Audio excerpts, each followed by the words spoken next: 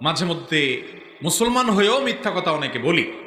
এই যে মিথ্যা কথা মাঝে মধ্যে বলি, এর ফলে আমরা কি মুনাফেক হয়ে যাব কি না?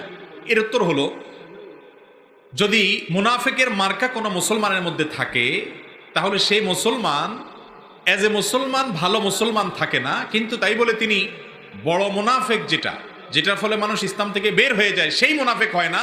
কিন্তু এইসব কারণে মানুষ ছোট মুনাফিকিতে ঢুকে যায়। মুনাফিকি দুই প্রকার, একটা ছোট মুনাফিকি আর একটা বড় মুনাফিকি।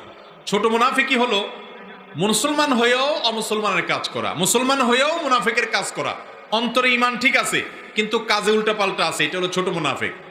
আর ভেতরেই কুফরি আছে, ঈমান নাই, এটা হলো বড় মুনাফিক। বড় মুনাফিক বেঈমান হয়।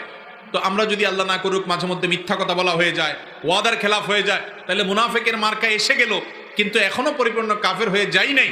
যদি অভ্যাস ত্যাগ করি, আল্লাহর কাছে মাপ চাই, ফিরে আসি, আশা করা যায় আল্লাহ মাফ করবেন।